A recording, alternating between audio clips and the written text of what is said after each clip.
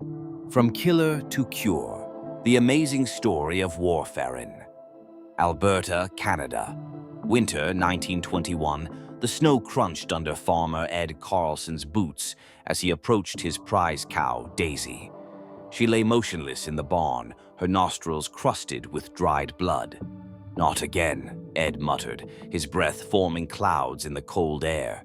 His wife, Martha, rushed in. "Ed, the Johnsons' farm lost 3 cows this week the same way. What's happening?" Ed knelt beside Daisy, running his hand over her still warm flank. No wounds, no signs of fight, just bleeding from nowhere. He looked up, eyes wide with fear. "If we can't figure this out, we'll lose the whole herd."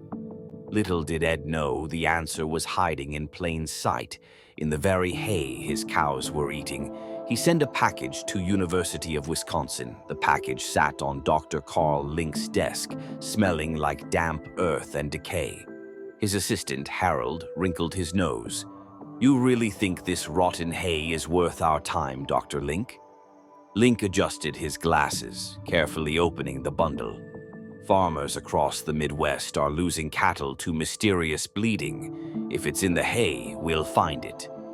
As they began their experiments, Harold whispered, "What if we're dealing with something completely new? Something has never seen before." The lab reeked of rotting hay and chemical solvents. Dr. Link's shirt sleeves were stained with iodine and sweat as he peered through the microscope at yet another failed extraction. Across the room, Harold slumped over his notebook, pencil slipping from exhausted fingers. Then, a gasp. "Carl, look at this." Harold's voice trembled as he held up a flask where delicate, needle-like crystals glimmered in the lamplight. "The precipitation, it's different this time." Link nearly overturned his chair in his haste. His hands shook as he took the flask, holding it up to the light. The crystals cast prismatic shadows across his stubbled face. "My God," he breathed, "we've isolated it. Pure dicumarol." Harold let out a whoop that startled the lab mice. "After 3 years, do you realize what this means?" In that moment, the months of failed experiments, the ruined clothes, the skeptical colleagues, all melted away. Link's usually stern face broke into a boyish grin as he carefully labeled the flask. "First," he said, eyes gleaming, "we document everything. Then," he produced a hidden bottle of whiskey from his desk drawer, "we celebrate properly." The two scientists clinked glasses over their hard-won crystals, the amber liquid catching the light like their newfound compound. Somewhere in the distance, a church bell tolled midnight, marking the birth of a discovery that would change medicine forever.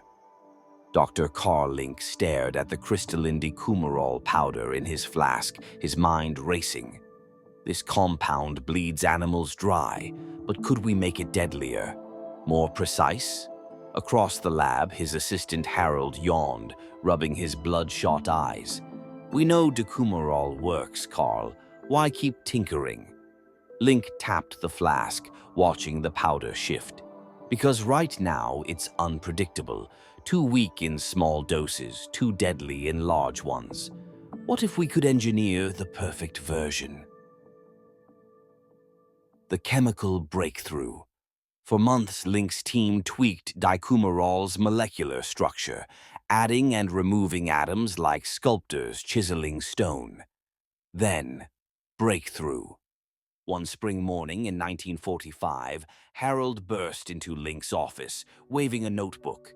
"The modified version. It's stable, more potent, and it accumulates in the liver." Link's pulse quickened. "Show me."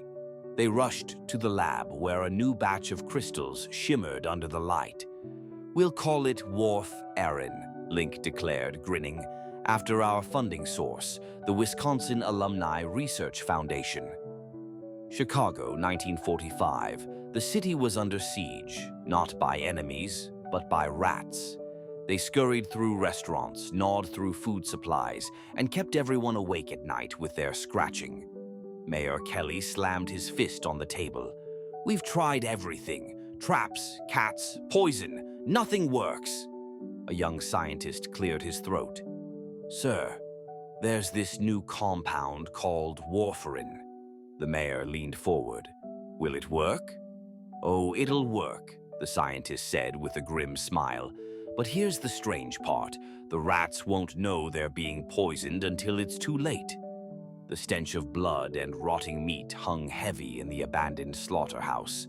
Link wiped his brow with a handkerchief already stained with warfarin powder, watching as Harold placed the last bait station. You're sure about the dosage? The city health inspector asked, kicking at a rat-gnawed bone. Positive, Link replied. Enough to be lethal, but slow enough they won't associate it with the bait. For 3 agonizing days, nothing changed. Then, on the 4th morning, Doctor, you need to see this. The night watchman's voice echoed through the empty facility. Doctor, you need to see this. The night watchman's voice echoed through the empty facility. The scene was both horrifying and exhilarating. Dozens of rats lay motionless near water drains and corners, their tiny bodies surrounded by dark stains. One particularly large specimen had dragged itself halfway up a pipe before succumbing, leaving a crimson smear behind. Harold knelt beside a dead rat, gloved fingers gently examining its mouth, hemorrhaging exactly as predicted. His eyes shone with triumphant wonder. It works perfectly. The health inspector shook Link's hand vigorously. You've done it, Doctor. This could save entire cities from typhus and plague. As they walked back to their car through the early morning fog, Harold suddenly burst out laughing. To think, we started with some moldy cow feed. Link allowed himself a rare, full smile as the rising sun painted the Chicago skyline gold. Somewhere beneath their feet, unseen, the warfarin was already working its way through the city's rat population. No one could have guessed that this rat poison would soon face its greatest test, inside a human body. Private Robert Morrison stared at the blue tin in his shaking hands. Rat poison, warfarin, keep out of reach of children. His bunkmate, Private Daniels, burst in. Rob, they overturned your discharge. You're staying in. Morrison's eyes filled with tears. It's too late, Dan. I already... He held up the half-empty tin.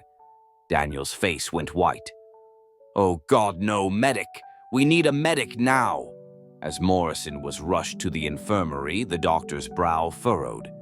This should have killed you instantly. Why are you still alive? This near tragedy would reveal warfarin's most astonishing secret, one that would change medicine forever. Massachusetts General Hospital, 1954. Evelyn Cartwright gasped for breath as another blood clot threatened her life. Her husband gripped her hand. There must be something they can do. Dr. Andrews entered, holding a syringe. Mrs. Cartwright, we'd like to try an experimental treatment. It's unusual. Evelyn managed a weak smile. At this point, I'll try anything. As the warfarin entered her bloodstream, the medical team held their breath. Would this rat poison kill their patient or save her?